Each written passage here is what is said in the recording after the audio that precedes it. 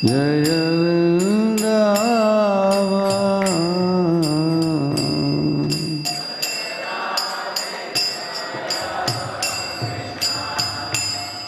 Jaya Vrindavan. Shri Govinda Gopi Nata Madana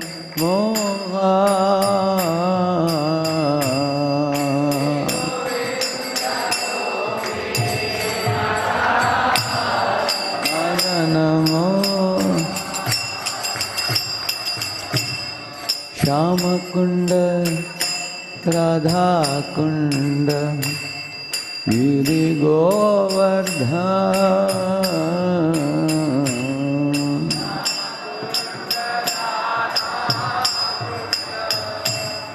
Giri Govardhan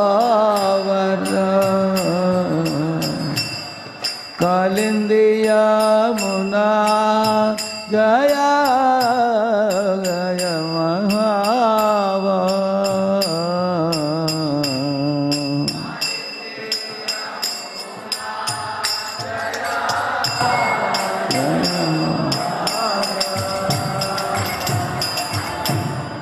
Krishi Ghata Vamsivata Dvadashakara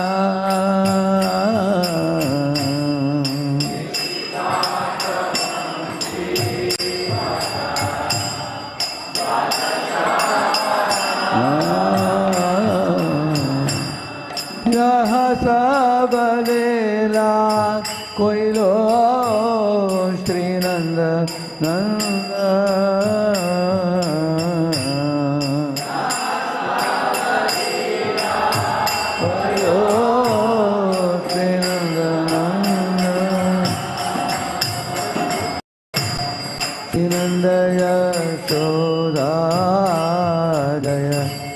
Jaya Gopala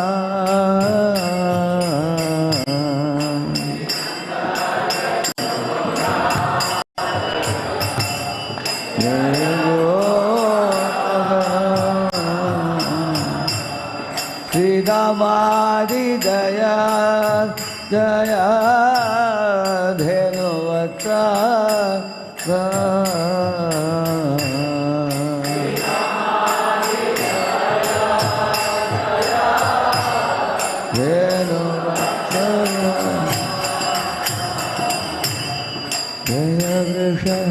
Bhanu Jaya Kirtira Sundari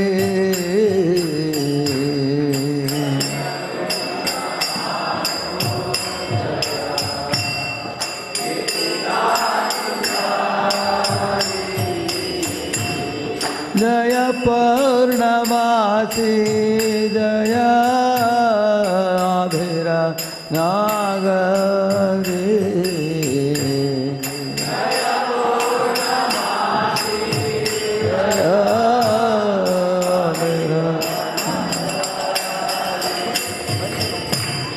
Jaya Jaya Gopishwara Vrindavanamaj Jaya Gopishwara Vrindavanamaj Jaya Jaya Krishna Sakha Bhattu Digaraja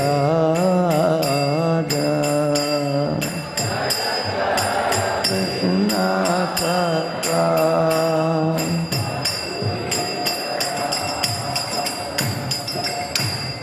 Jaya Rama Ghata Jaya Rohini Nandana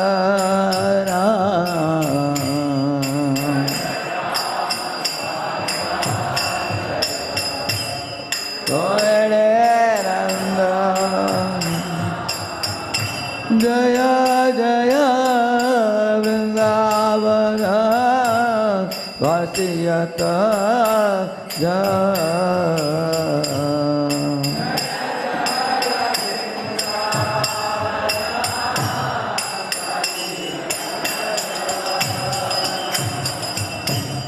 Jaya Dvija Patni Jaya Nagakanyaga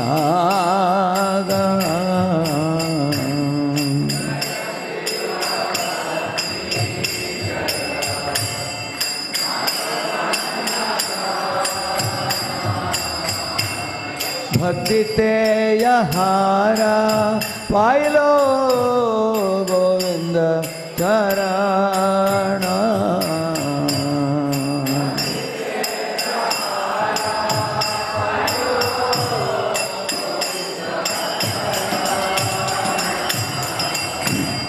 Shri Rasa Mandala Jaya Jaya Radhashyam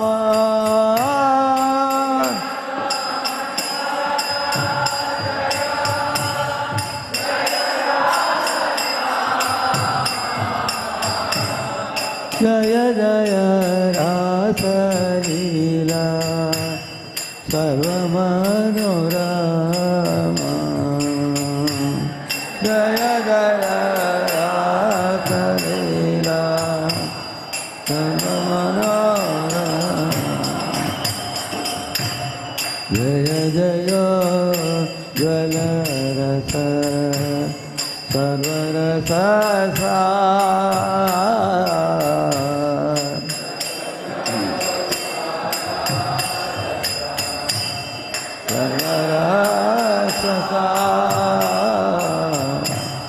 Parakiya bhave brajete prachar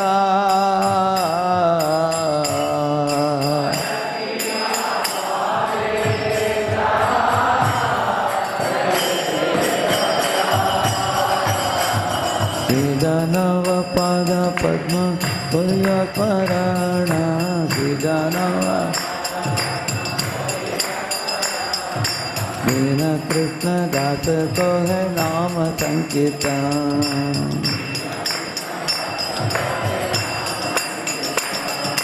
Sijanava pada padma Purya smaran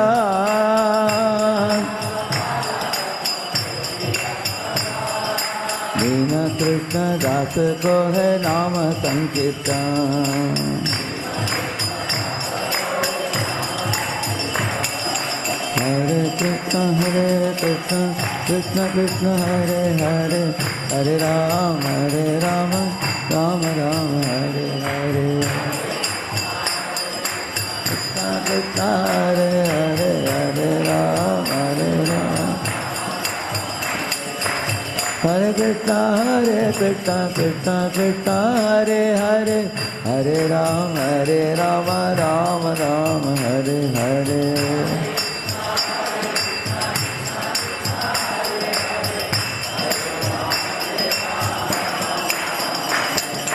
Jaya Radhe Jaya Krishna Jaya Vrindavana Jaya Radhe Jaya Krishna Shri Govinda Gopinatha Madana Mohana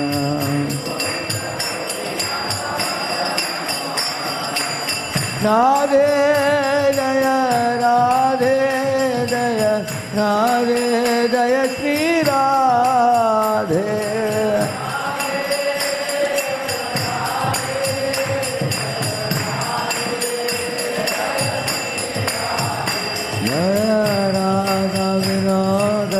Radha Vinoda Radhe Radhe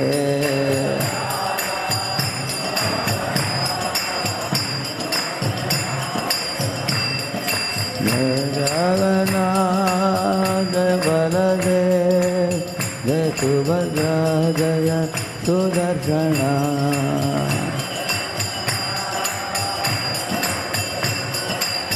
Jai Subhadra Jaya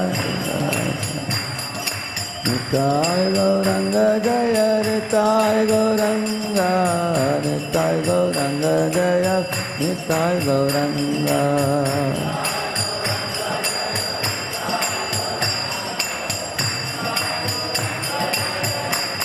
Jai Gaur Hari Bol Hari Bol Hari Bol Nitai Gaur Hari Bol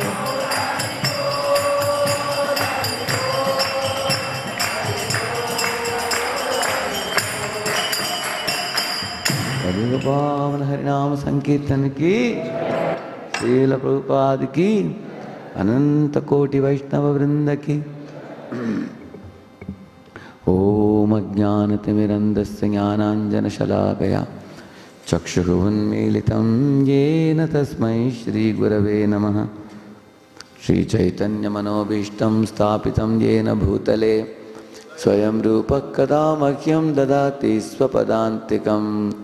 वन्देऽहं श्रीगुरोः श्रीयुतापदकमलं श्रीगुरून् वैष्णवांश्च श्रीरूपं साग्रजातं सहगणरघुनाथान्वितं तं सजीवं साद्वैतं सावधूतं परिजनासहितं कृष्णचैतन्यदेवं श्रीराधा कृष्णपादान् सहगणललिता श्रीविशाखान्वितांश्च नमो ॐ विष्णुपादाय कृष्णप्रेष्ठाय भूतले श्रीमते भक्तिवेदांत स्वामिनिति नामिने।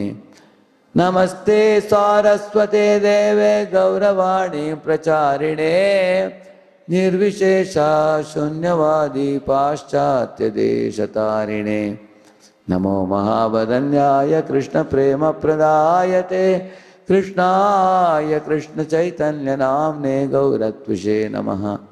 हे कृष्ण करुणा सिंधो दीनबंधो जगत्पते गोपेश गोपिका कांत राधा कांत नमोस्तुते।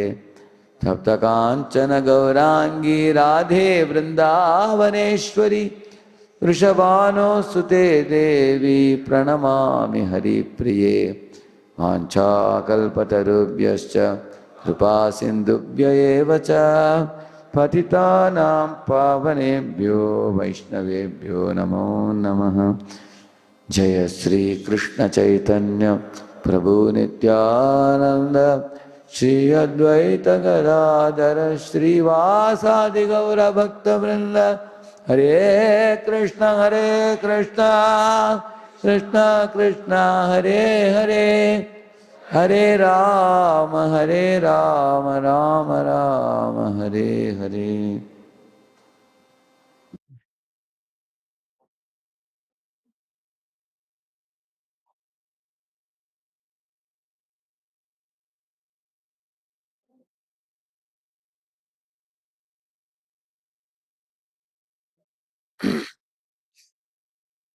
Hare Krishna, welcome all of you.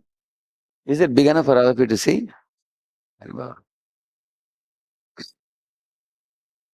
We are celebrating the festival of Radhashtami today and tomorrow. I thought I will begin with some of the very basic things today and then develop it tomorrow morning. See here, the first para, what is said here. Although the absolute truth, Krishna is the source of millions of universes, and he expands himself as Mahavishnu and Garbhodaksha Vishnu, Kshirodaksha Vishnu, in so many forms. The scriptures have identified 18 human shortcomings that go against its tenets, he says. Illusion, sleepiness, uncivility, lust, greed, madness, envy, cruelty, lamentations, over-endeavor, deceit, anger, desire, fear, mistakes, intolerance, and dependence.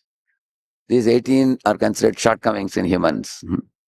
The scriptures proclaim that the Lord's qualities are absolutely free from these discrepancies. Occasionally, Kripa Shakti arranges the display of some of these discrepancies in the dealings of Krishna, Rama, and so on. And the devotees then perceive them, he says.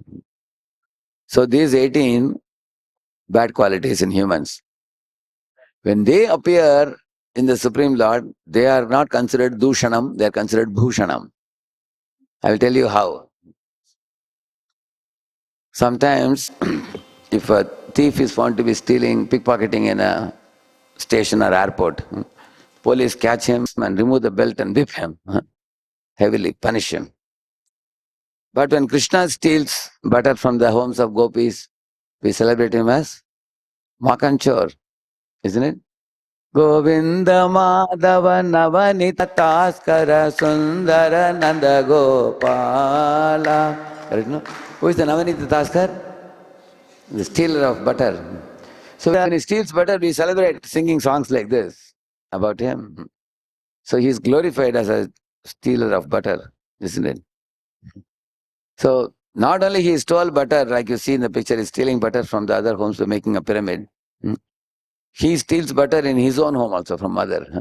Mother keeps it on a pot, and sometimes in the rooftop, sometimes down. He breaks the pot and steals on the Diwali day, isn't it? Hmm? So uh, when the mother comes from the kitchen, actually when the mother leaves him and goes to kitchen, he becomes angry on the mother, isn't it? The absolute truth is said to be peaceful, but he becomes angry. So I will show you another PPT.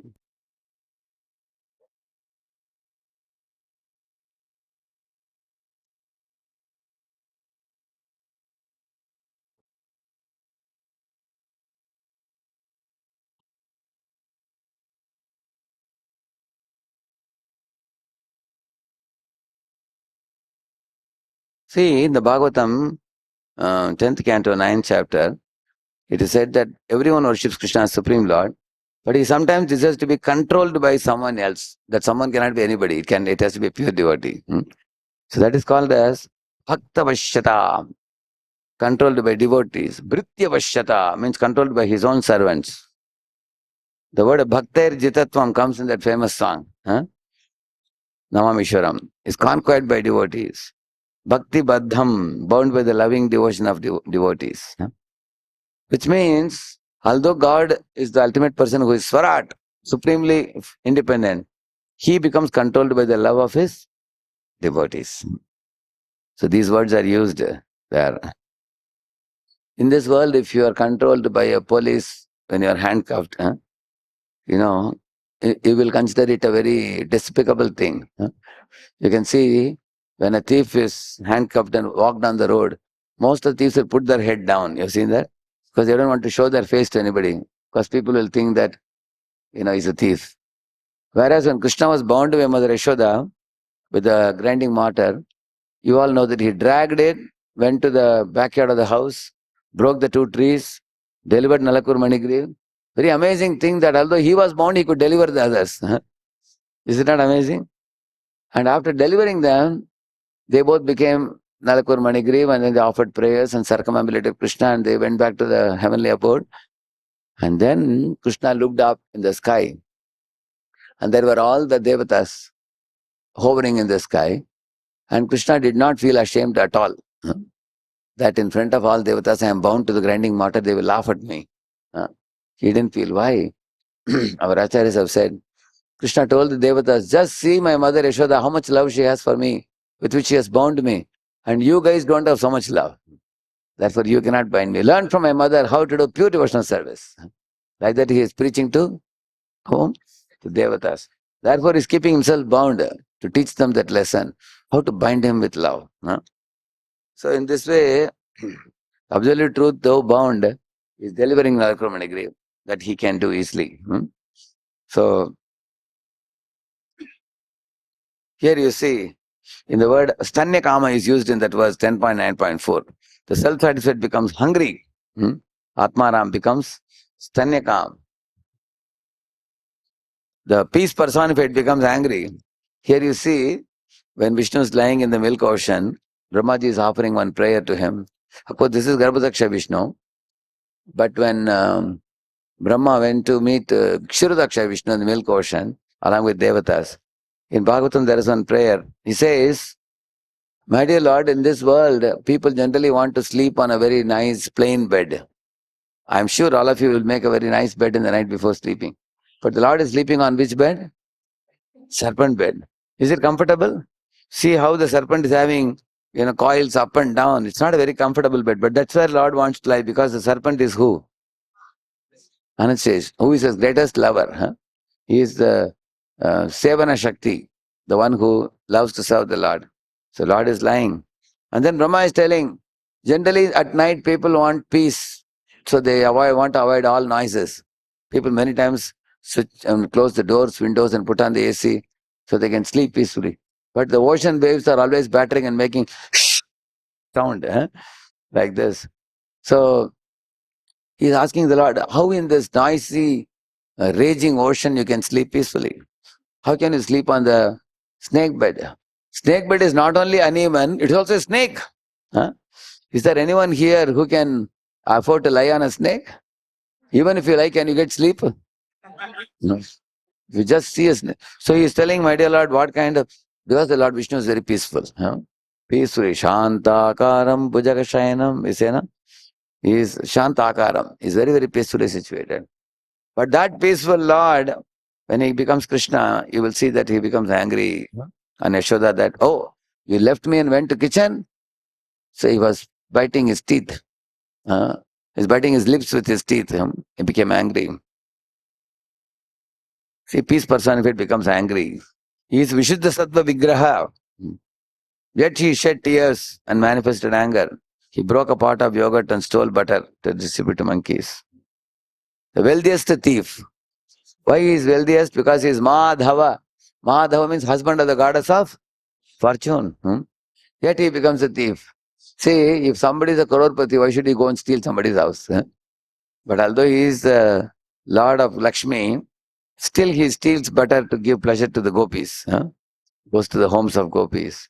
One boy was asking, Sir, how can God go and steal in others' homes? He should ask and take. So then we told him, you see, he is not stealing anybody else's property. All butter in all universe belongs to Krishna only. But still the boy is arguing, no, still he should ask permission and take. He is stealing in his own home. I am personified, please and fear. It is said that, Bhirapi yad bibheti. Even the time personified trembles in front of Krishna, but here Krishna is running away from Yashoda, the famous song. Namamishwaram Satyet Anandarupam Lasat Kundalam Gokule Brajamanam Yashoda Bhiyalukha Ladavamanam Paramrishtam Atyanta Todrutya Gopya. See here, Yashoda is laughing and running behind him. And Krishna is also laughing and running away from her. Why are both laughing? Krishna is laughing, telling mother, you can never catch me. Yashoda is laughing, saying that wait and watch what I do. So both are running. And then Krishna wondered, I have come such a long distance in the front of the house. And Yashodama is unable to catch me. Maybe she is little fat, she is not able to run behind me. I am running very swiftly. So let me check whether she is able to come near me. So he turned around and he was caught immediately. See? When he turned a little bit. So Kalayavana tried to catch him, he couldn't catch. Jarasandha tried to catch him, he couldn't catch. But who caught him? Yashoda. So uncatchable becomes caught, time personified flees in fear. Yeah. See, the fastest becomes caught. He's the fastest personality, he became caught. See, condensed bliss cries. See, Krishna is called as Ananda Ghan, which means he is the source of all bliss. But here you see him tied by Mother Yashoda and is crying. All the gopis are laughing. He's tying him. Why is he crying? Not because he's tied. He's worried that he can't go for stealing butter with his friends. Here you can see all the great Acharya personalities are offering prayers to him. The object of prayers gets scolded. See? So there they are offering, the sages is offering obeisances, knowing that he is Supreme Lord. Whereas here you find is, when he's born to be Mother Yashoda, he can't speak a word now. Just has to accept. The Supreme Judge awaits judgment. You see, he is the person who judges everybody's karma and gives them awards the results. Jayav karma phala pradaha, it is said. He gives the karma phala for everybody. But here Mother Yashoda is saying, Kana, come here.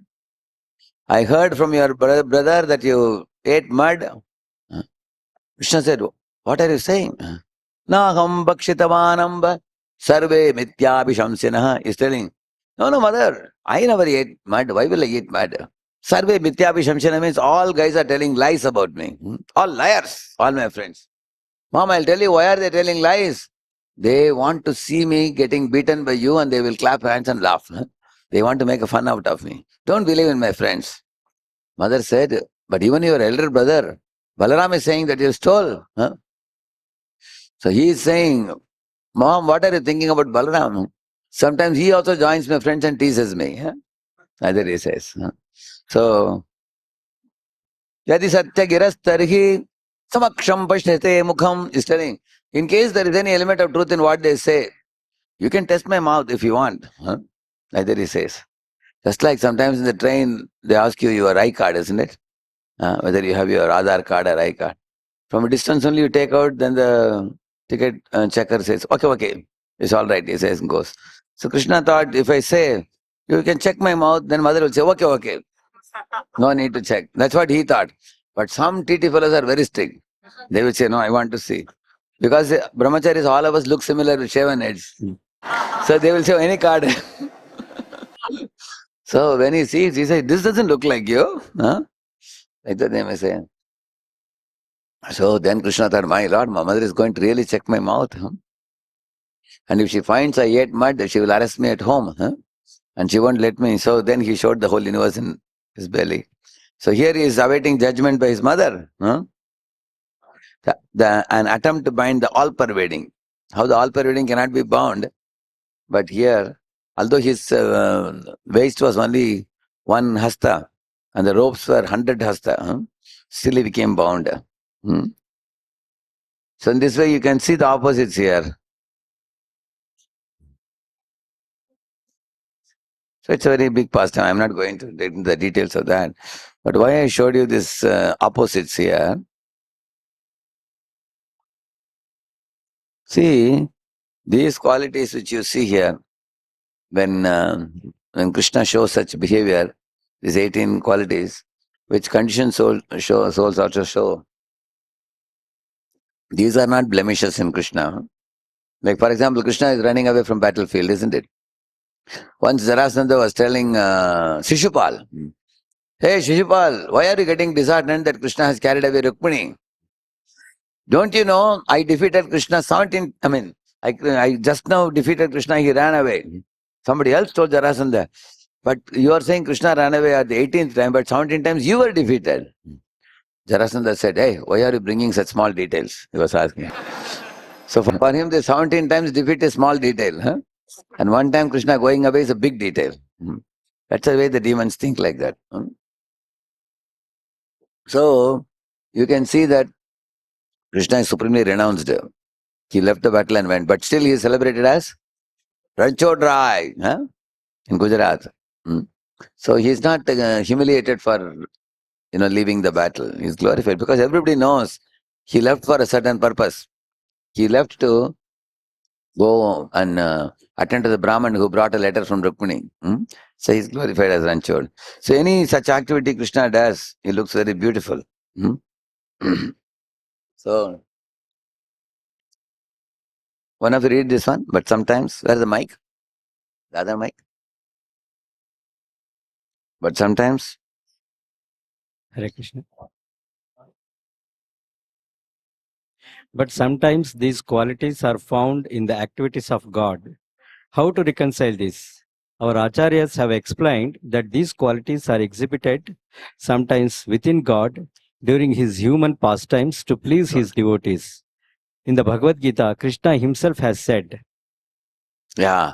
So how can Lord please his devotees? For example, if a child is dependent on the mother feels great pleasure. If the child doesn't depend on the mother, if Krishna says, Mother Rishoda, I am after all God, why do I have to depend on you? Then there is no rasa. Huh? See, you will see the world is created in such a way that when you are a small baby, you depend on the mother. And the dependence creates more love and affection. So Lord purposefully agrees to get bound by Mother Yashoda, chased by her. She shows a stick to control him. So in that control, he derives great delight. So, in the same manner, the different things are said, but here, Prabhupada writes in two purports. The two transcendentalists, Radha and Krishna, are a puzzle to the materialists. Adilila. In Chaitanya Charitamrita, Prabhupada writes, The common man cannot understand these two great personalities, Radha and Krishna. Yeah. The Lord is, so to speak, a puzzle for the common man, he says. Prabhupada says in Bhagavatam also, 1.8.18, he says. He says we can never truly understand Radha Krishna in our conditioned state of mind, but still by the description of scripture and explanation, the great acharyas, we can understand them. So let us see how. Here you can see below, I've shown the pictures of Lord Chaitanya Mahaprabhu, who danced and chanted, and he even dreamt pastimes of Radha Krishna and the gopis. And he cried as if, Krishna is taken out of Vrindavan, like the way the gopis cried when Akrura took Krishna Balram out of Vrindavan. So, Chaitanya Mahaprabhu not only felt the emotions, he exhibited them. His eyes would emanate tears like syringes coming out of his eyes. So, such ecstasy he felt. And in our dull state, we cannot even begin to comprehend these pastimes. But through the acharyas, and therefore we will try to slowly, gradually proceed in this direction. Who can understand God? Here is a Chaitanya Charitamrita Madhya. All of you please repeat after me. Ishwarera kripalesha hayataya hare Seyita Ishwara Tattva Jani Bare Pare. Who has the mic with you? Translation. Yeah. As Srila Prabhupada has said, No, translation. Translation. If one receives but a tiny bit of Lord's favor by dint of devotional service, he can understand the nature of the Supreme Personality of Godhead. You have to get a tiny bit of Lord's favor. Prasadaleshanugrihita evahi. This also says Bhagavatam. Shreya Shrutim. What that was? Atapite deva padambu jadvaya. Prasadaleshanugrihita evahi. Janati tatvam bhagavan mahimno. Nachayame kopi chiram vichinman. Shreyashrutim bhakti mudasyate vibho Klishyanti ye kevala bodha labdhaye Teshamasau kleshalaye vashishyate Nanyat yathastu latushavagatinam. The first verse says of a person who obtained mercy of the Lord. Second verse says one who could not obtain mercy. First verse says persons like Prahalad or Dhruva or Narada boy, even though they were small children, or birds like Jatayu, animals like Vanaras, like Hanumanji, like that, or animals like Gajendra. You can see that. Even somebody as old women like Shabari, and all these people got a glimpse of the Lord's mercy and eventually attained perfection in their life. When Lord shows a favor to a devotee who renders devotion service, then the nature of Krishna becomes understandable to the devotee. The devotee delights in Lord's association. And the next verse says, if you speculate about Krishna, if you are suspicious about Krishna, if you are envious of Krishna and his activities, then such a jnani is unable to understand Krishna and his efforts. What are it like? What are those efforts like? He says it's like beating an empty husk, he says. You want a husk? When you beat it, you get the grains. But after removing the grains, if you again and again beat the empty husk, will you get anything? He says, yes, you will get something. What is it? Shoulder pain. He says, and that's the only thing you will get. Kleshalayeva shishyate, he says. So, there are many people trying to speculate about God, they cannot understand. In that connection, Gajendra says one prayer, the meaning of which is given here. You all can repeat after me. It's not given here. Nama Atma Pradipaya Sakshine Paramatmane Namo Giram Viduraya Manasascheta Samapi. He's telling, my dear Lord, you are like a sun. Sun can be seen by which light? Torch light or hurricane lamp or which light? Sun can be seen by sunlight. Where no other way. Sun can only be seen by, because the sun is emanating light. With that light only you can see the sun. So, in the same manner, God can be seen by God's mercy only. No other way. Nobody else can show it. which means when Krishna becomes agreeable to shower his mercy. For example, in the middle of the night, 12 o'clock, your king is shouting, "Hey, sun, come out now." Will the sun come? Nobody can command. Huh? When the sun rises by his own accord, then you can see the sun. One time I was in an airport, the air hostess, you know, she was overwhelmed with so many people going to the counter and asking why the plane is getting late. Already it's half an hour. What time it's going to leave? She said, "Please, all of you take your seats. I will come back to you." She was telling. So it was like half an hour, 45 minutes past the time promised to us. So we were waiting. Then after 1 hour, she picked up the mic and announced, then such and such flight number, she said, and said, "You see, now it is very foggy. So the plane is delayed today. So please, all of you wait." Everybody got up and rushed to her and said, "That's all right, but what time you will leave? Tell us." Because many businessmen, they are all looking at the watch. They have to reach on time. She said, "When the sun shines, the fog will be dispelled. When fog is dispelled, plane will take off." Then they asked her, "When will the sun shine?" She said, "To that you have to ask God." That's not in our hands. When God clears the fog, then only we can go, she said. Similarly, our ignorance is like a fog. When that fog is dispelled, then we can see Krishna's true nature, how wonderful he is. Otherwise, conditioned souls imitate Krishna and they try to compare themselves with him. Like sometimes a boy hears Krishna married 16,108 queens in Dwaraka. So one boy was arguing, even with Prabhupada also people argued, why God married so many queens? Prabhupada said, why are you envious? I think you are envious, you cannot marry so many. You cannot maintain one also. And you are envious that God married so many. And Prabhupada said, he just didn't marry, he gave them all, each one palace. He gave them saris, he gave them ornaments. Not only that, he expanded himself into 16,108 forms and lived with each of the queens. Every queen thought that Krishna is only with me. They were thinking, that is his opulence. Some 200, 300 years ago, one Nawab also married 160 queens in India. But he told all the queens, at the most I can come once in a year to your house, that's all. Because, he cannot expand. He is an ordinary Nawab. So he may marry many queens, but they have no ability to expand like Krishna. Krishna not only expanded, he also gave all the opulences. So Prabhupada, that is the meaning of God. So nobody can imitate God like that, his opulence. So don't be envious, Prabhupada said. So that's what he's saying. Ishwarera kripalesha hayataya hare.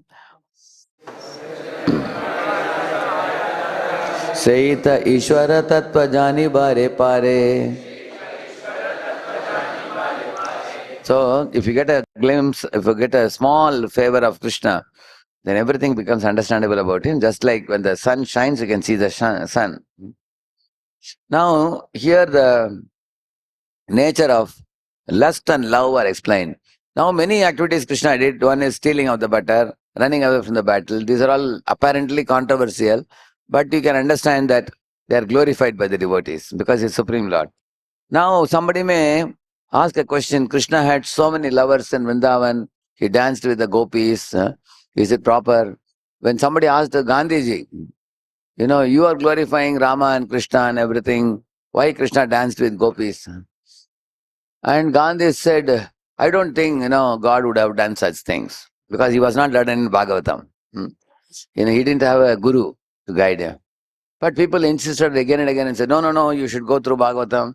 It says Krishna danced with so many girls and he had so many lovers. Then Gandhi said, oh, I'm sorry. If God did such a thing, I'm ashamed to call myself a Hindu, he said. Which goes to show that, he was ignorant about the facts and he could not defeat the, interrogating people because he had no Vaishnava guru to guide him. If those same fellows asked Prabhupada, we would have defeated them in no minute, just 1 minute. You would have given them answer. So, like in my office, there was one colleague of mine. So I saw him, he saw me with Tilak and Kantimala. He came and said, Radheshyamji, I heard you are from ISKCON. For your happiness, let me tell you, in my village, our basti, we have named it as Sri Krishnapur. he said. I said, wow, wonderful. He said, I am also a Krishna devotee. He said, I said, very nice, very happy to know you are also Krishna devotee.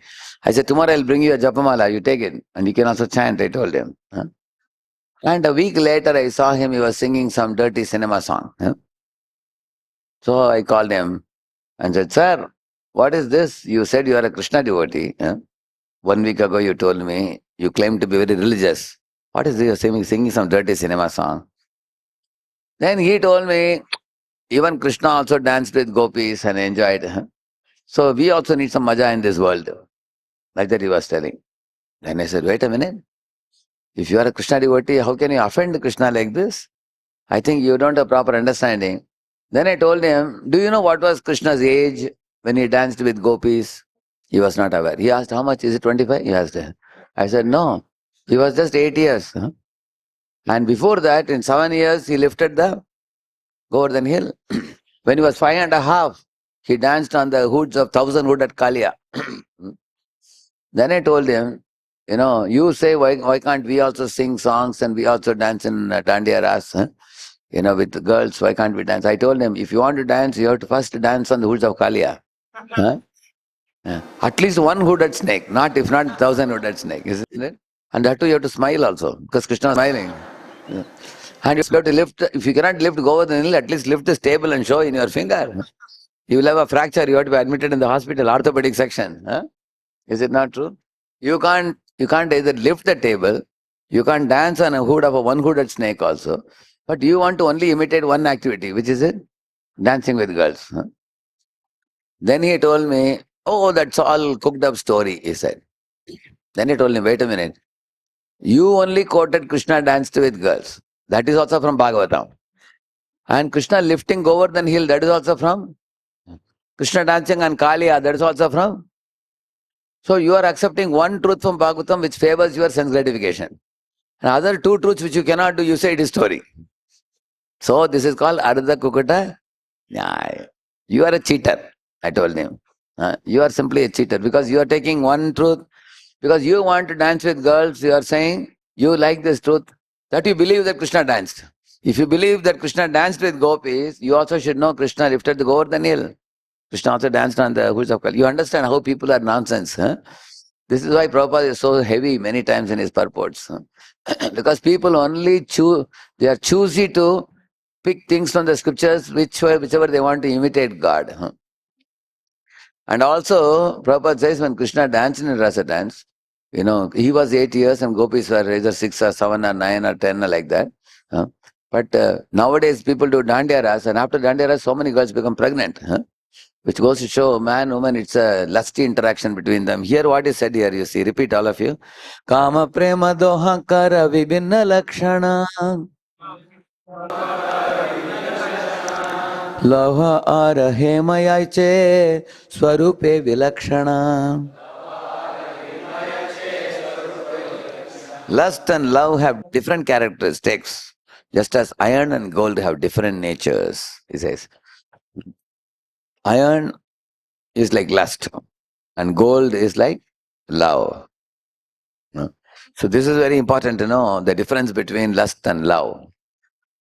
When Ravana came as a very, very great yogi with a tuft and a rudraksha around it, with all mustache and long flowing beard, with a kamandalu in the hand, with a staff in the other hand, with all saffron dress, he arrived.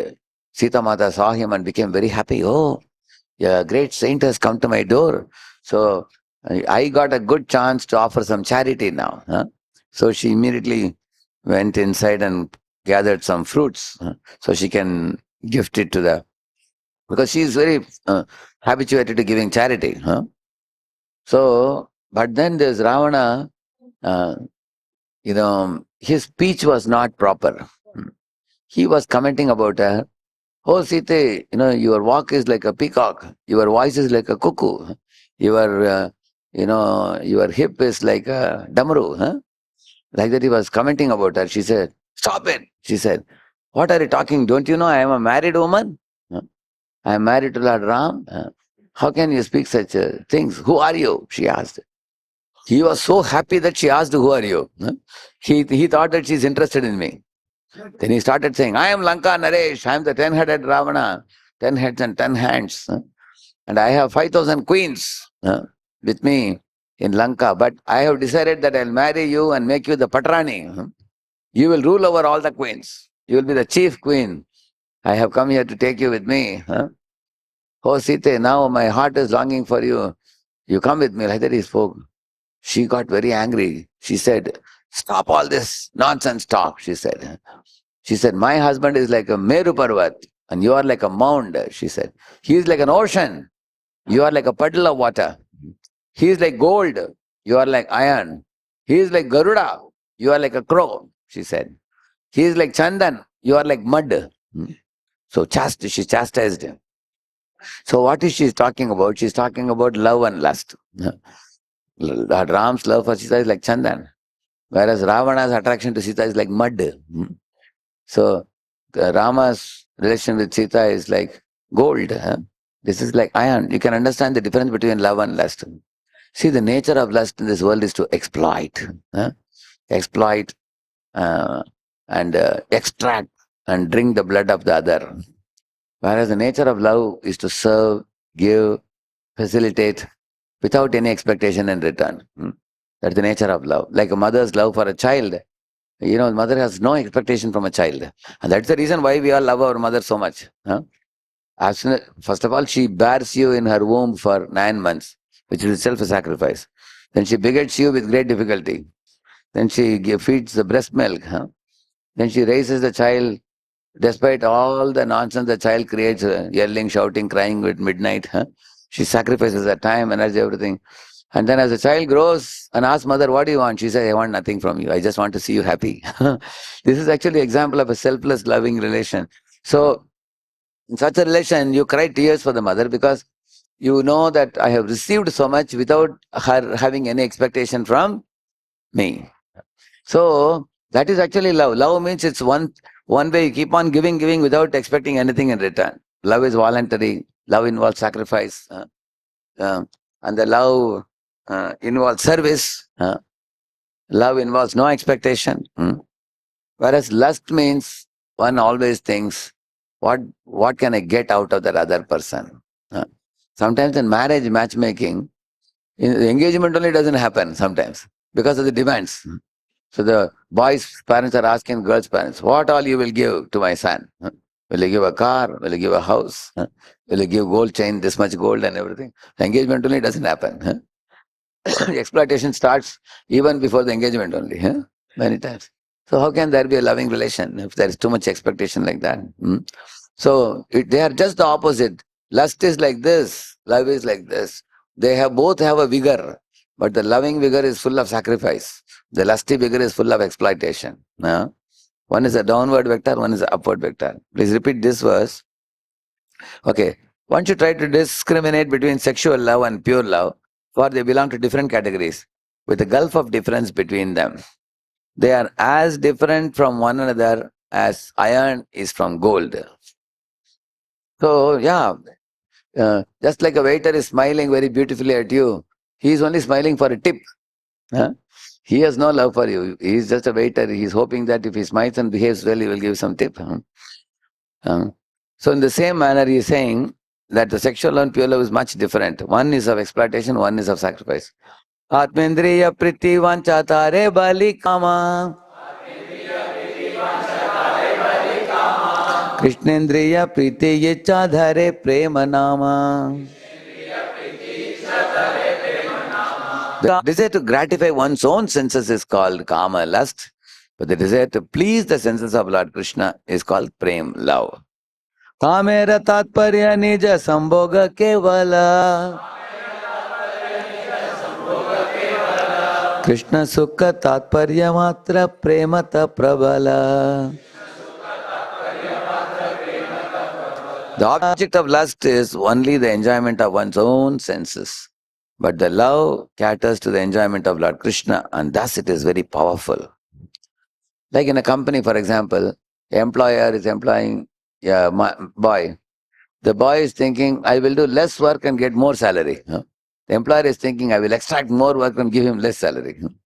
So both are thinking about whose benefit? Dharam benefit. So when the employer is away for a week, then the boy thinks, now I am 1 week, I am carefree now. When the cat is away, rat can dance. Like that he is thinking. So that is lust, example of lust. Many people in India, you ask them, what are you doing? They say, I am doing service, they will say, if they are working in a company. What kind of service is that? If the salary stops, service will stop. Whereas service of a disciple to Guru never stops. A disciple serves Guru voluntarily without expecting anything in return. So when Prabhupada came to Hyderabad, one rich man attended Prabhupada programs and got very inspired. He said, Swamiji, I am so inspired by your lectures and kirtans and your disciples. I have a piece of land I want to give to you. So he took Prabhupada and showed one spot. And he said, it's a very busy, nice place. If you make a temple here, thousands of people will come. And Prabhupada immediately accepted. So the man brought the papers and everything and he gave to Prabhupada. And then Prabhupada told him, see, now you have given your land to me in Krishna's service. I am grateful to you. But do you know what should be your consciousness? Prabhupada asked him. Man asked, please tell me what I should think. Prabhupada said, you should think like you have taken some Ganges water and given back to Ganges. Because this land was given to you by God and now you are giving it back to Him. You are giving it back to Him. If you have this consciousness, then it is love. But if you think, I am a rich man, this is my land, the Swamiji is a beggar, okay, take it, I am giving. Then that is lust. That is not a proper consciousness. So Prabhupada not only accepted gifts from people, he also taught them the right attitude with which one should give, one should serve. Yeah. So Krishna and his pure devotees, gopis, about them there is a vivid description in the Srimad Bhagavatam. So we will see even all the 4 Vedas are glorifying Krishna as the supreme entity. Even in the Chandogya Upanishad, there is a verse which says, Brahmanyo Devaki Putraha. The Lord appears as Devaki Putra. So that Supreme Lord has many devotees, but amongst them the gopis are considered the topmost. Who considers them topmost? Like Jayadeva Goswami wrote the Gita Govinda. He wrote gopis as the topmost. Similarly, Lord Chaitanya Mahaprabhu, who appeared 500 years ago, he adored the gopis as the topmost. He says, Aradhya Bhagavan Vrajesha Tanayastadhama Vrindavanam Ramya Kajidupasana Brajabadu Varginava Kalpita. He's saying, if you compare all the devotees, many devotees have come in this world. Amongst them, who is the topmost? Gopis, he's saying. Then Sripad Shankaracharya has written one Gopijana Vallabhashtakam. There is 8 verses.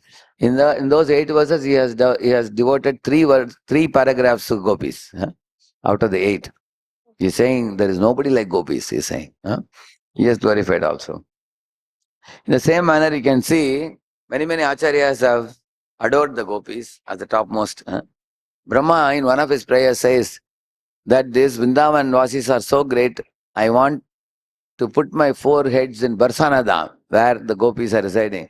And let me become 4 mountains, Mangad, Dangad, Vilasgad. And let all the gopis climb up the mountain and come down, and they will give the dust of their feet on my head. So Brahma wants to accept the dust of the gopis on his head. Similarly, Lord Shiva also want to enter the rasa dance which the gopis are doing with Krishna. So he decorates himself like a gopi, comes to the dancing arena. And Lalita Vishaka are the inspectors. They are checking, who is this personality? And then when he comes near, he is saying, I am Gopeshwar Mahadev. I am one of the gopis. So suddenly they find snake is coming out like this. So they get frightened. And Krishna laughs and Krishna says, oh, this is our Lord Shiva. And Krishna says, if you go with the snake into the rasa dance, all gopis will get frightened. So better you stand at the door and you join the screening committee along with Lalita and Vishaka. So then Gopeshwar Mahadev stands at the entrance and guards the Rasasthali. So in this way, great personalities are taking part. Gopeshwar Mahadev, Brahma. Once Narada wanted to write about the bhakti of the gopis. But you cannot write about their bhakti unless you have experienced in it. So then Narada was told, Brahma told him that you have to go to the Kusum Sarovar, isn't it? He takes a dip. When he comes out, Narada becomes Naradi Gopi. So he has a female form. Then he enters the rasa dance and he studies, understands everything. Then he comes out, then he writes all the Narada Bhakti Sutra. and everything. So you will find in this way that great personalities have developed aspiration to enter the rasa dance. And those who cannot enter the rasa dance, like Brahma and his wife Saraswati, Shiva and Gauri, Indra and Sachi, they are all flying in the airplanes and showering flowers when the rasa dance is happening. So it's not an ordinary dance between boys and girls. And if it was so, no acharyas will talk about it. Acharyas are all many are renounced sannyasis. Uh, Shukadeva Goswami is one of the top-notch renunciates. So great, there is a verse about him that when he was in the womb of his mother, 16 years he refused to come out. And then his father was pleading him, come out, come out, come out. 16th year he agreed to come. But as soon as he came out of the womb, anybody knows what he did? He walked towards the forest. Yam prabrajantam anupetam upeta krityam dvaipayano viraha katara ajuhava putreti tanmayataya taravo vinedustam sarva bhuta hridayam munimanatosmi. It is said yam prabrajantam. Immediately he left for the forest. And when he was walking towards the forest, at that time, there was a pond where only ladies take bath. There is another pond elsewhere where only men take bath. And the pond where the ladies take bath, no men are allowed there. Nobody goes there. It's only for the women. But on the road, which is on the side of that pond, of course, near the pond, there are a lot of bushes, trees and bushes and plants, creepers are there. When he was going, Shukadeva, his body was bluish, he had curly hair, he was very handsome, he was a 16-year-old lad. And he was practically Avaduta with no dress in his body, he was Digambar. He was passing in the road. So many ladies were taking bath practically with no clothes in their body. And then Vedavyas followed his son calling, Putra, Putra, Putra, he was calling. Hey son, son, he was calling. But son didn't turn back. He walked straight to forest. So at that time, Vedavyas asked the ladies, hey, I am fit enough to be your grandfather. As soon as you saw me, you put on your dress immediately. And then you are respecting me.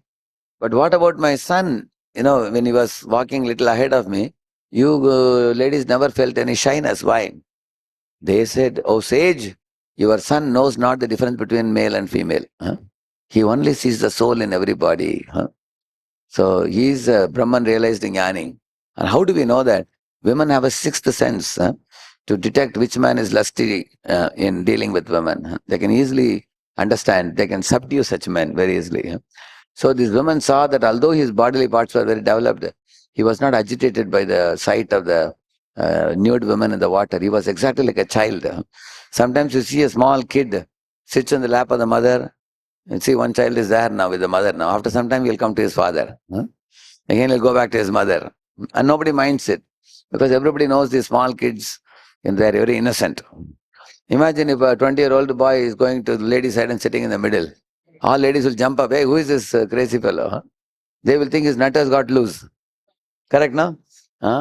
So everybody knows if a man is grown up, his lust is developed. And naturally, he is supposed to not mix.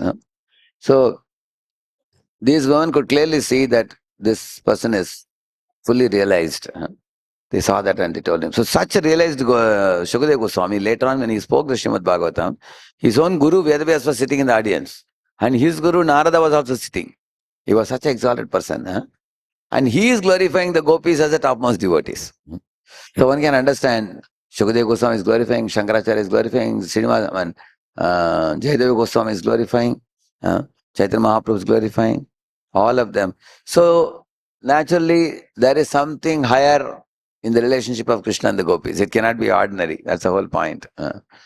You can see here, the gopis vilap, or the crying in separation, is glorified by all the acharyas. See, when gopis were singing Gopi Gitam, Krishna is hiding and watching, you see. He was relishing their devotion. And the gopis were singing the Gopi Gitam.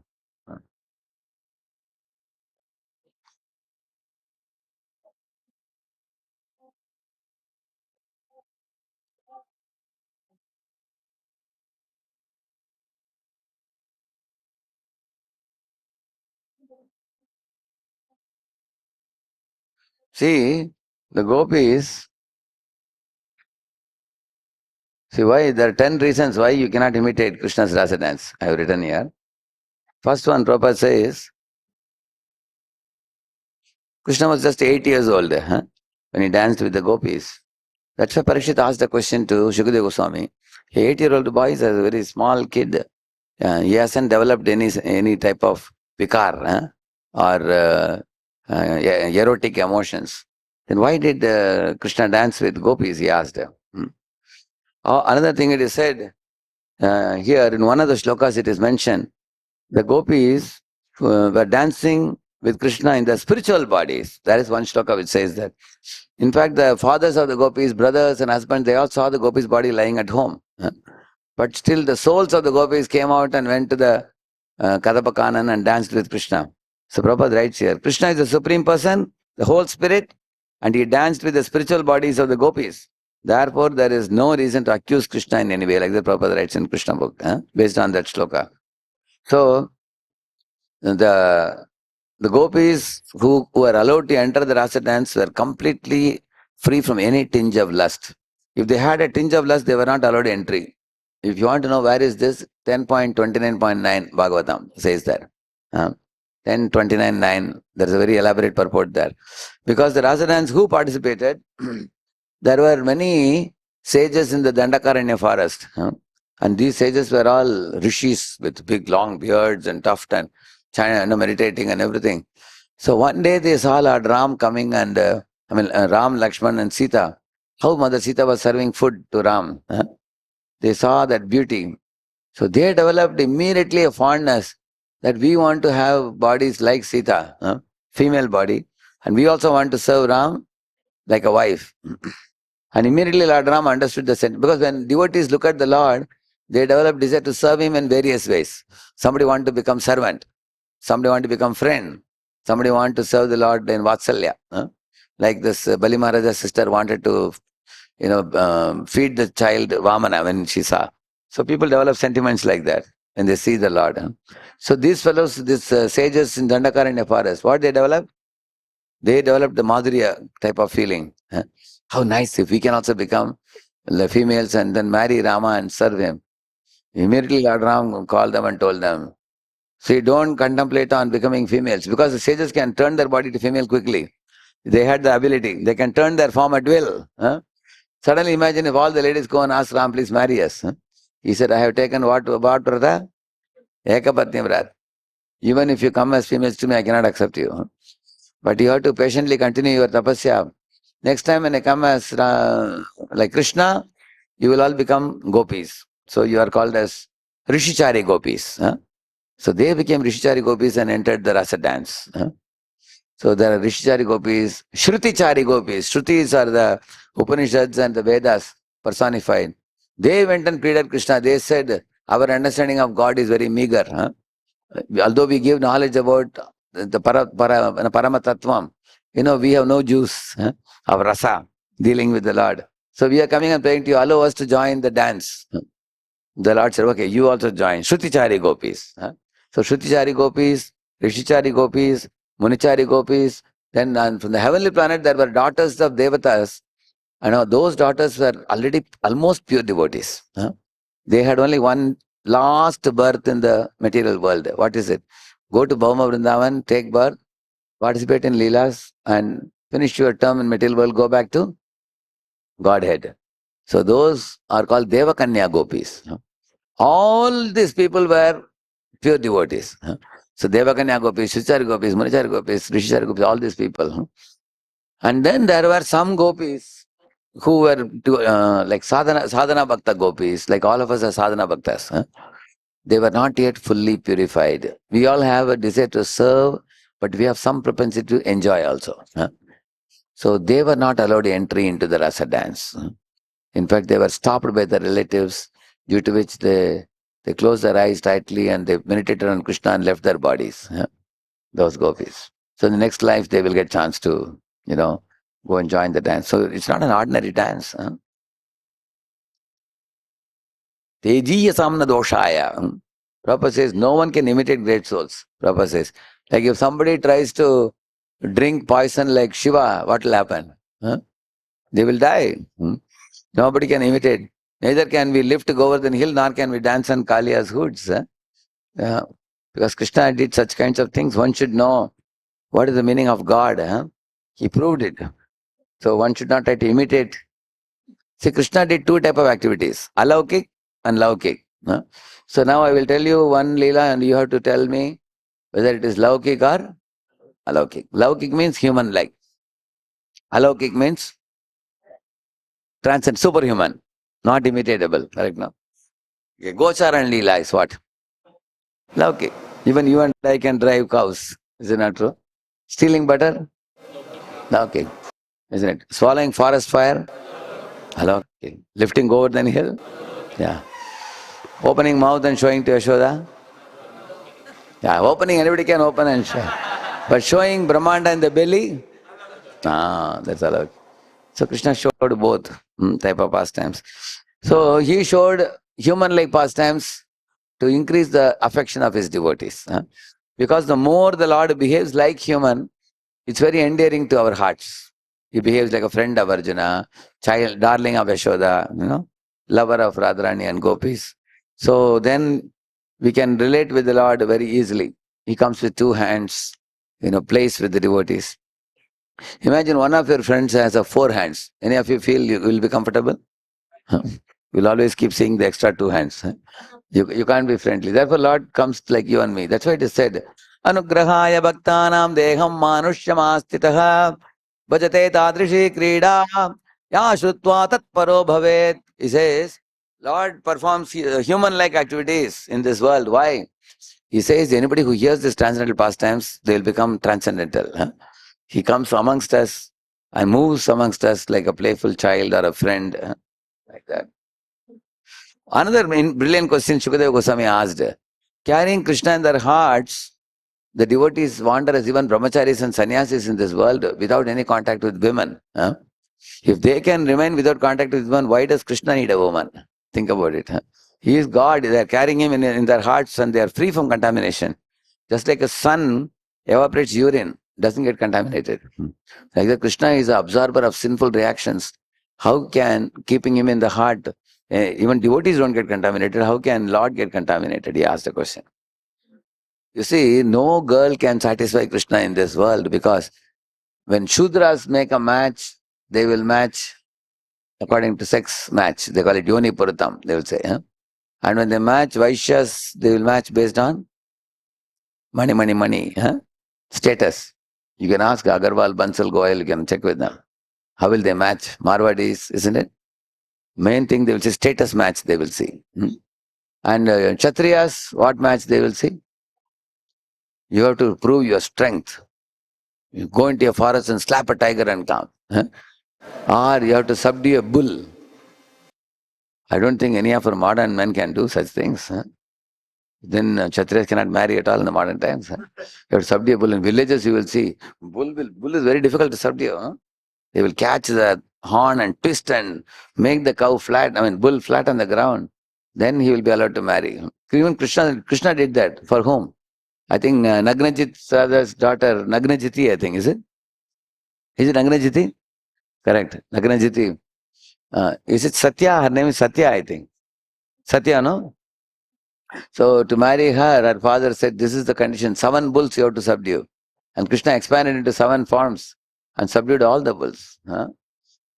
So in this way, Kshatriyas need that.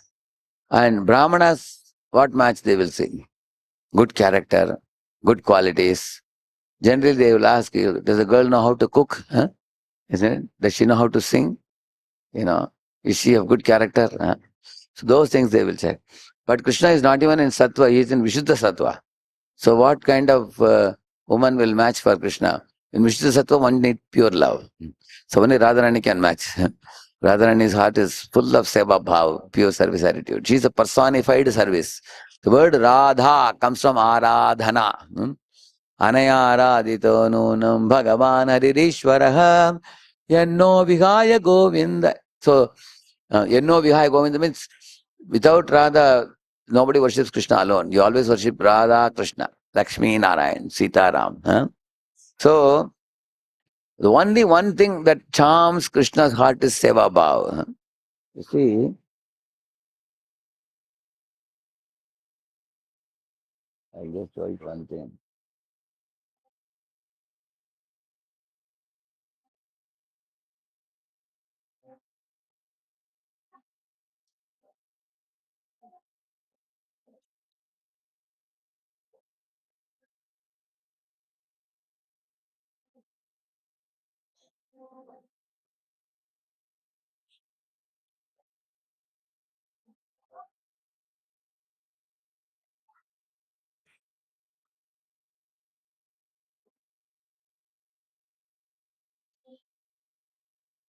See, here this is Kubja, you see. Kubja is coming in Mathura. She's taking Chandan. Krishna is teasing her and asking, hey, who are you? And she's saying, I'm taking Chandan for Kamsa. And he's telling her that, if you apply the Chandan to me and Balaram, you will become fortunate. Huh? He's telling her. So, see, he says this. And then she immediately becomes attracted. She takes the great risk of being watched by the spies. Huh? And boldly, she uh, she's saying here, दास्यस्म्यहं सुन्दरकं ससम्मता त्रिवक्त्रनामाख्यनुलेपकर्मणि मद्भावितं भोजपतेरतिप्रियं विना युवां कोऽन्यतमस्तदर्हति. Oh, handsome one, I am a servant of King Kamsa, who highly regards me for the ointments I make. My name is Trivakra. Who else but you two deserve my ointments, which the Lord of the Bhojas likes so much? Actually, who is she? She is the same personality who is Shurpanaka before. Huh? Shurpanaka now comes as Kubja now. At that time, both Ram and Lakshman, they defeated and drove her away. Huh? But now Krishna gave her mercy. So, yeah. See, one important thing is said here. Rupapeshala madhurya hasitalapa vikshitaihi darshitatma dadosandram ubayor anulepanam. Trivakra's mind, overwhelmed by Krishna's beauty, charm, sweetness, smiles, words, glances, Trivakra gave both Krishna and Balaram generous amounts of the chandan ointment. It is said. Yeah. And then immediately what Krishna did, please always repeat this. Prasanno Bhagavan Kubjam Trivakram Ruchirananam Rajvem Kartum Manaschakre Darshayan Darshane Phalam. Krishna was so pleased with her service. He thought that I want to do some favor to this hunchbacked girl. Let me make her into a beautiful young girl. So what he did, see, he kept his lotus feet on her, both her feet, and he caught her chin like this and he gave a jerk and lifted her up like this. And she became like this. She transformed her she turned into a young, beautiful girl in the next moment. So, and then Prabhupada says here, Krishna began to consider how to reward her. So, in other words, Krishna conscious devotee has to serve him in great love and devotion. Krishna cannot be pleased by any action other than his transcendental loving service unto him, as the Prabhupada says. Yeah. And then here he says, since she was touched by Krishna's hands, she became the most beautiful girl among women. This incident shows that by serving Krishna, the devotee immediately becomes elevated to the most exalted position in all respects. And then Prabhupada brings a very important point. This is directly from Krishna book. You all can repeat after me. Krishna was attracted to the hunchbacked woman not for her beauty, but for her service. See, this is a secret Prabhupada is revealing. There are millions of beauties are after Krishna. Krishna is not after the beauties. Lakshmi Sahasra Shata Sambrama. Thousands of Lakshmis, crores of Lakshmis are after Krishna, but he is not after them.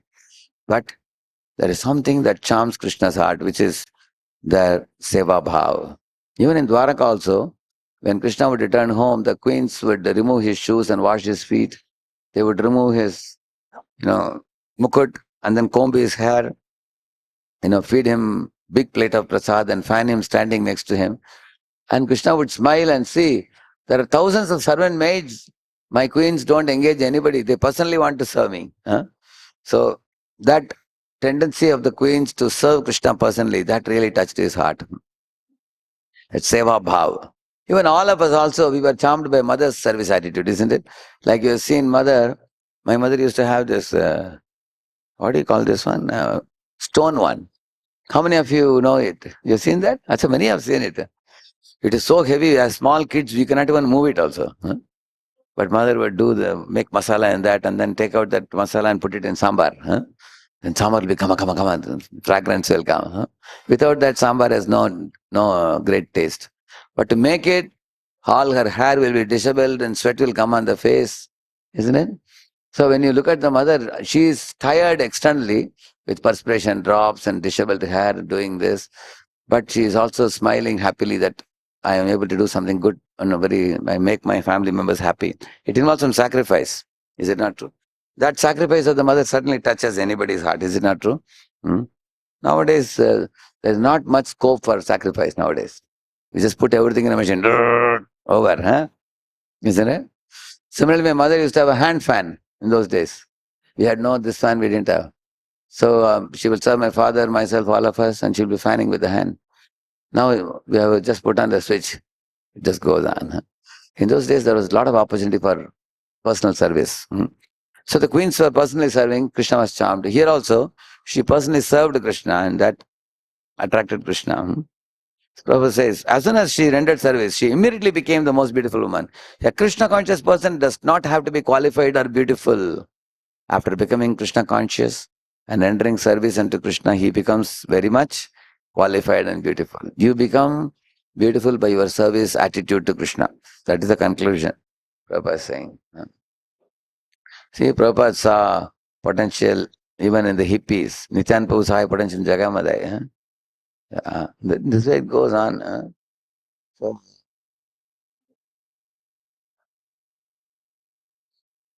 therefore, what was attractive in the gopis? They were completely innocent, pure-hearted.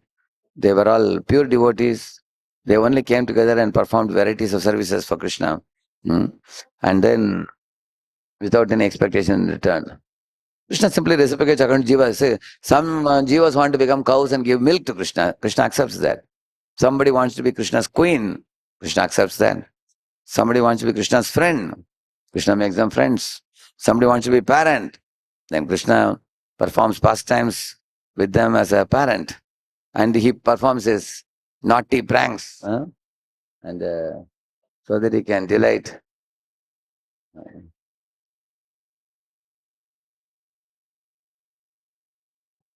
So, this is one of my favorite.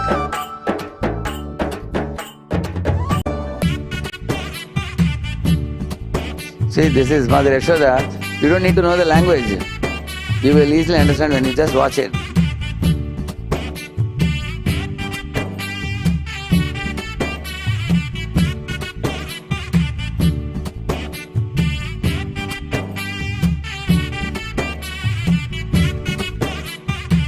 Keeps on the top, you see.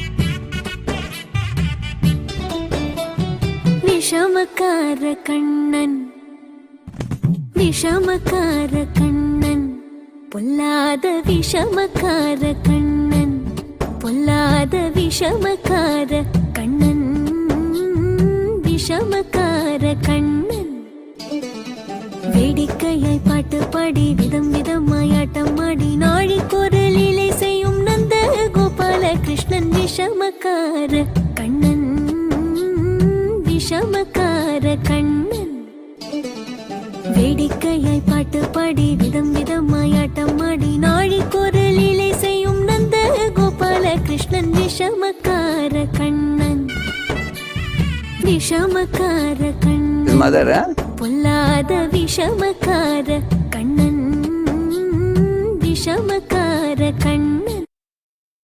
How many of you understood this? You don't need to know the language. You can. This is a well-known pastime. So, in this way, see, here is a Yashoda devotee who wants to reciprocate with Krishna as a mother and child relationship. So he's giving her the joy. I will do naughty things, and mother always delights in the naughty activities of her child. Many mothers actually proudly tell others how nicely naughty my son is. So Yashoda also is like that.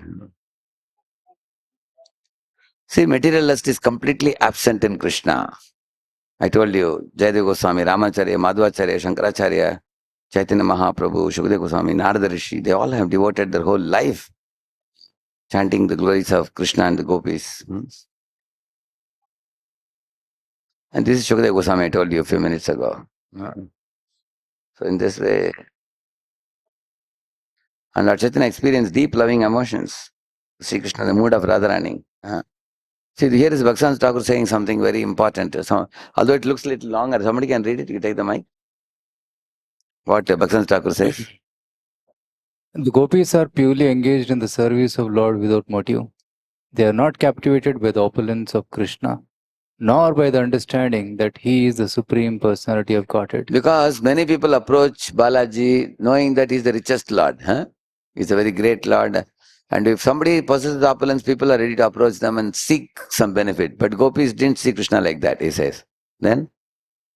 Krishna was not attracted by the opulence or personal beauty of the gopis, but by their pure devotional service.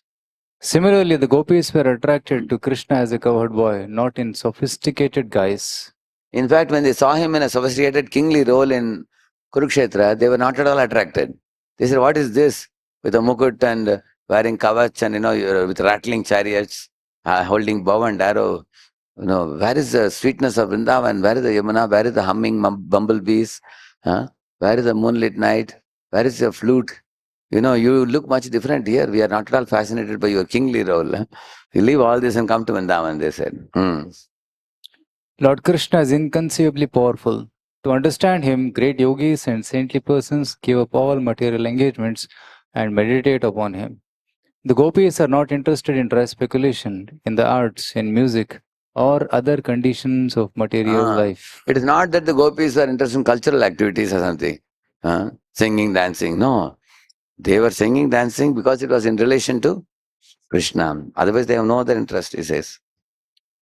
They are bereft of all understanding of material enjoyment and renunciation.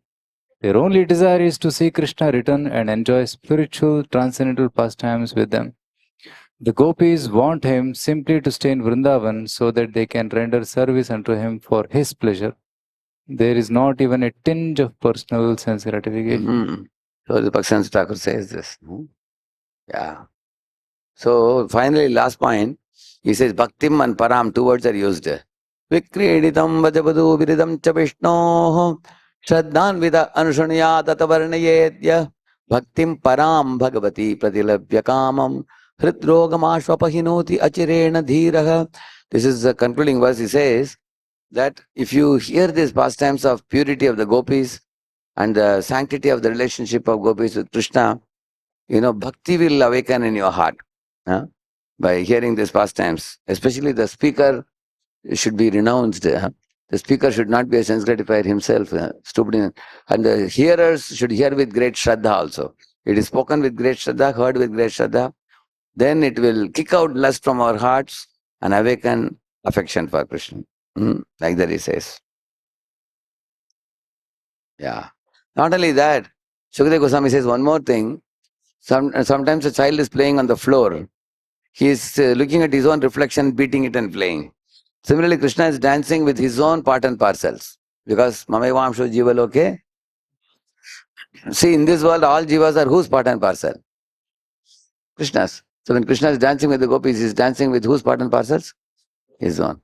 On the other hand, if anybody says, I want to dance with another jiva, that jiva is not your part and parcel. In fact, you are dancing with Krishna's part and parcel. You are dancing, isn't it? Yeah, this I told you, Sita and Ravana, I told you this. Read this one. We have to get rid of eyes of avidya anjan, eyes of ignorance, and get eyes of premanjana, eyes tinged with soul of love.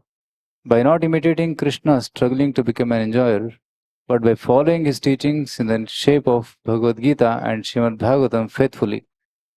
Then whenever Guru and Krishna are pleased with our devotional service, we will get the eyes and heart to understand this pastime. Yeah, right, no? So, here you can see all the gopis are discussing about Krishna entering the forest and the good fortune of the flute. They are discussing amongst themselves. They are thinking how when Krishna Balaram enter the forest along with their friends, what all they'll be doing. They are telling about the trees.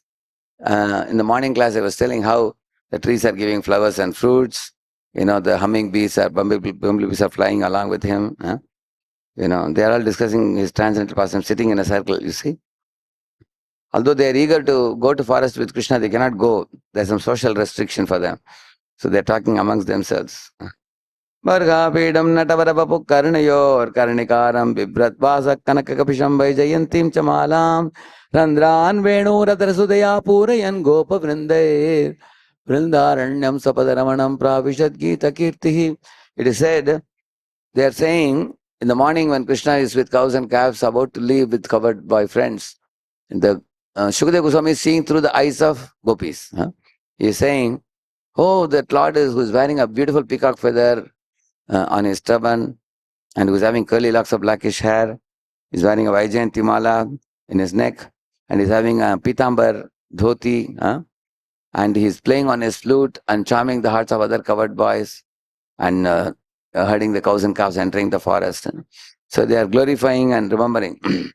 At that time there was one gopi whose family members told her, you don't go, you just wash the pots and cook the food in the kitchen. Don't give up your duty and go. So she was doing that. But she also wanted to see, Krishna going to the forest. But her family members had closed the door, window, everything. And there was no scope to see. So she put the things in the kitchen. Then she saw that family members are busy with something else. So she went to the door. The door was closed. Sometimes the door, there's a small gap. You've seen that? So from the gap, she was trying to see. But Krishna was not right in the front. He was elsewhere. But Krishna understands the heart of every jiva, isn't it? So Krishna twisted the tail of one calf. And the calf jumped up and down and ran and went and stood exactly in front of the door of that gopi. So Krishna, in the pretext of going and picking up that calf, he went and stood in front of the house and gave his beautiful darshan in threefold bending form. And the gopi saw that form and she fainted unconscious. And then Krishna played on his flute and went to the forest. Now this gopi became so absorbed in remembrance of the Lord. Her family members were telling her, hey, get up, what are you doing? Go to the well and bring water. So she had a baby in her hand and bucket on the other hand with ropes. She went. So there she put the rope in the bucket and she placed the baby in the bucket. And she was about to put the bucket down. People shouted, hey, what are you doing? Then she came to her external senses. So it is said, manmana abhaha madbhakta means this is the meaning of manmana. She lost the consciousness of the external world. She became so absorbed in remembrance of that one form which Krishna showed her just before leaving to forest. In this way, the gopis may externally appear to be like insane. So they are glorifying. They are saying the peacocks in Vrindavan are welcoming by dancing. Doe and the deers are welcoming. Even the demigods and their wives coming in plane, they land in Vrindavan to hear Krishna's flute. Birds are sitting in trees with closed eyes like yogis. They say that these must have been yogis before because they're closing eyes and hearing the flute sound. You've seen some people when you sing Carnatic music, they're just closing the eyes and moving the hand and hearing. You've seen some people, they'll be singing. Like that the birds are, closing their eyes and hearing and rapt attention in. Like that they must have been yogis, they're saying. And river like Yamuna is supposed to be fierce because she's whose sister? Yama's sister. So she's generally very fierce, Yamuna. But after hearing Krishna's flute sound, she becomes very mild. That means when Krishna's devotees who were earlier rash become very mild after becoming devotees. They're supposed to become mild. Yeah. So she becomes very mild. And the clouds are thinking, oh, the sun is hot today and, I have to go and serve the Lord. So the clouds start coming and forming a kind of umbrella over the head of Krishna and drizzling. See, the clouds, even they are serving. And the wind is carrying the Yamuna waters and the fragrance of flowers and going around Krishna Balram and covered boys and giving some very nice soothing effect. The The Aborigine girls are collecting the dust of Krishna's lotus feet when Krishna passes through the jungle, applying on their heads and hearts, and they become free from all kinds of lower nature. And the Govardhan is serving in varieties of ways. So in this way they are glorifying. They are seeing Krishna Balaram entering the forest. They are thinking what all Krishna will be doing in the forest. How the deers are approaching him. Demigods are getting down. Demigod says, cows and calves are crying tears of love for him. River service, bird service, everything.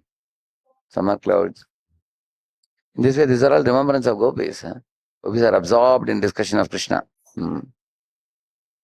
So, then this is a climax chapter of Uddhava going to Vrindavan and Radharani talking to the bumblebee. It's a very big thing. So today, in essence, three things we discussed. One first thing is, amongst all the understanding you may have about God in this world, the meager understanding of God is a generator, operator, destroyer, which some religions say, God created this world, He maintains it, He destroys it. Whatever you want, you go and take it from Him. Most religions say, think like that. Or some religions say, if you don't worship Him, repent or burn, they say. If you don't repent now, you will be sent to hell. That's all they know. They don't know much. They present God as somebody above the clouds hurling down thunderbolts if you do wrong things. But Bhagavata Dharma actually is far beyond that understanding. It says God is not only beyond this creation and annihilation in this world. He has the abode of His own where He becomes subordinate to His own loving servitors. He becomes a friend of His devotees. He becomes son of His parents. He becomes a lover of the gopis. And how all the creatures, not out of any force, but out of voluntary nature, lovingly, with great pleasure, they serve the Lord. Like peacocks are dancing and welcoming, cuckoos are singing and welcoming. Everybody, even the so-called dull creatures also in spiritual world are very alive and active. How they are serving the Lord. So, therefore, when Krishna comes in this world, those 18 doshas in ordinary living entities, like stealing, crying, becoming angry, when they are seen in the Lord, they are considered as bhushanam, or bhushanam means ornament. They are not any kind of blemish. He may steal butter. Like sometimes I've seen, a mother also may sometimes steal something from a child. You've seen that? Like child is taking mobile and trying to talk. Mother may steal the mobile. And she may keep it on the top of the fridge. And child is crying. Where is it? Where is it? She is crying. Then she may give some toy mobile. But her cheating to the child is for whose benefit? Child's benefit. So mother's cheating, father's cheating is no cheating at all. Correct, no? In the same manner, Krishna cheating the devotees. What kind of cheating is that? It's just playful cheating it is. Therefore it is glorified. Correct, no? In the same manner, so I was telling in the beginning about Krishna's pastimes in this world are unique. The world has never heard or seen such pastimes as mentioned in the Bhagavatam. So don't misunderstand God. And the climax of His pastimes is Krishna's dance with the gopis. And then we moved on to the definition of lust and love. Lust is like iron, love is like gold. Lust is like mud, love is like chandan. So, and as soon as you say the word lust, immediately think of man and woman. But lust also means the tendency to exploit, bhogavriti. And love means tendency to serve selflessly. Lust means adamant desire for enjoying the prohibited. That's the definition of lust. Something is prohibited for you, you try to, like Ravana, for him another man's wife, one should not enjoy. You should see as a mother. So he tried to enjoy, therefore it is lust, it is said. Whatever is prohibited for us, to go after it, chase after it. So, in this world, even a man who wants to marry a woman, if he is seeing woman as a sex machine, and a woman is seeing the man as an ATM machine, if you see in that kind of outlook, will that family be a happy family? It cannot be. That's why in the Vedic life teaches about how a husband should be responsible for his wife. If she gets sick, he should take her to hospital. If she's not able to cook, then he should be willing to cook at home. If she's begetting a child, he should be ready to do babysitting also. Both husband and wife, they actually care for each other. So any family to be a happy family, both husband and wife should lead a life in goodness. Sattva-guna, caring, comforting, sharing, tolerating, being humble, being polite, understanding empathically others' needs and all these things. So love involves all these things. On the other hand, lust means, what can I get out of you? Lust also means use and throw. I enjoy, now I don't get enjoyment, divorce. It's like that. So that's why we were talking about love and lust after that. And then we went to the point of talking about, the gopis dance with Krishna, how it is divine and transcendental. Great acharyas have sung about it. It should not be taken as some ordinary boy girl dancing. Krishna himself is supreme, and the gopis are also topmost devotees. Shankaracharya, I've told many examples of acharyas, and 10 different reasons on why the gopis dance with Krishna is not mundane, how it is spiritual. So we devoted time for all these things today, and we concluded with the gopis' meditation on Krishna going to the forest, especially meditating on the flute. One last thing I will say and I'll conclude. One day the gopis were talking amongst themselves and they were criticizing flute. See, another interesting thing, in spiritual world, even if they criticize, that is also a pastime. It is not out of envy. So they were saying to each other, hey, look at this flute. What kind of, luxury he enjoys. Not only Krishna plays on the flute, in the forest sometimes he tucks the flute, keeps in his hip. Even when he is sleeping, he keeps the flute next to himself. And he never spares the flute anywhere. Even when Krishna left Vrindavan and went to Mathura, he told to Yashoda, Maya, ये मुरली को संभाल कर रखना, राधा इसको चोरी न कर जाए. He was telling, make sure no gopi or Radharani will steal this. Keep it in a safe place, he told her. So they were asking the flute, what is it? We are devotees, we are so much after Krishna, but Krishna doesn't look at us. But you have got such a special position.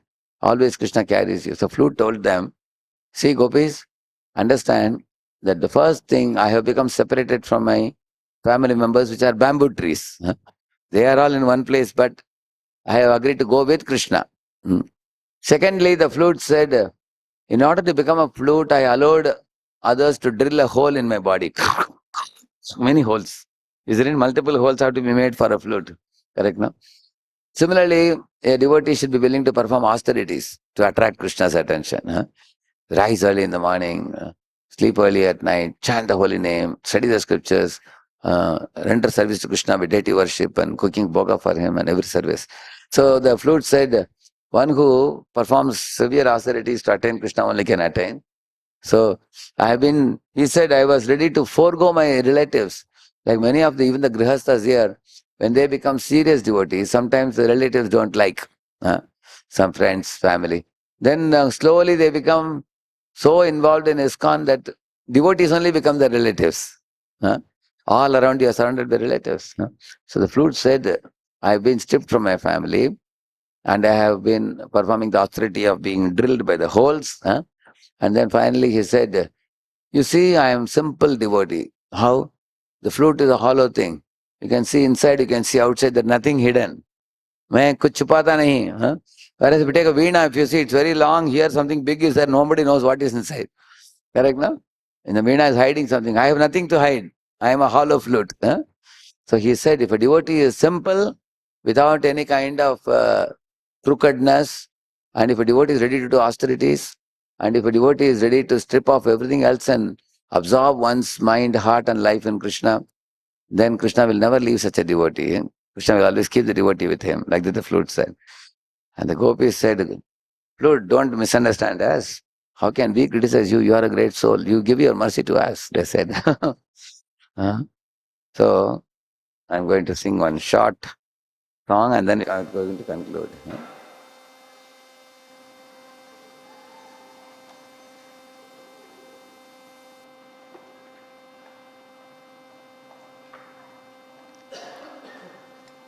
Radhe Jaya Jaya Madhava Dayite Gokula Taruni Mandala Mahite Radhe Jaya Jaya Madhava Dayite Gokula Taruni Mandala Mahite Namodara Rati Vardhana Vete Hare Kota Vrindavipineshe Damodara Rati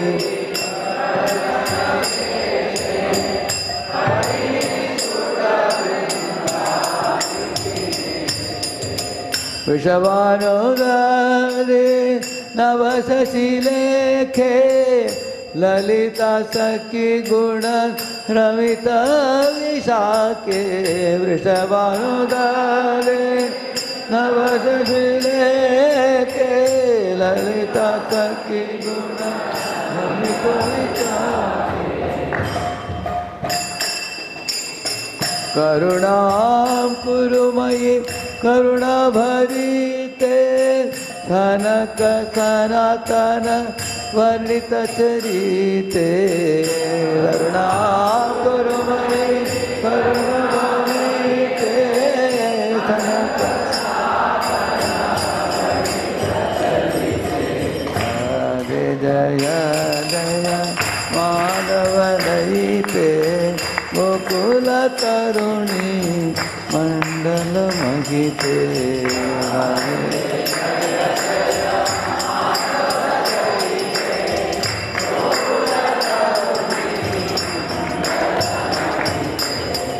O Radha Madhava's beloved, O you whom all the young girls of Gokula worship. We were talking only about the glory of Gopis, and she is the leader of the Gopis. All glories unto you, all glories unto you. Oh, who you dress yourself so as to make Lord Damodara love you more and more. O Queen of Lord Hari's pleasure grove, Vrindavan. O new moon arisen from the ocean of King Vrishabhanu.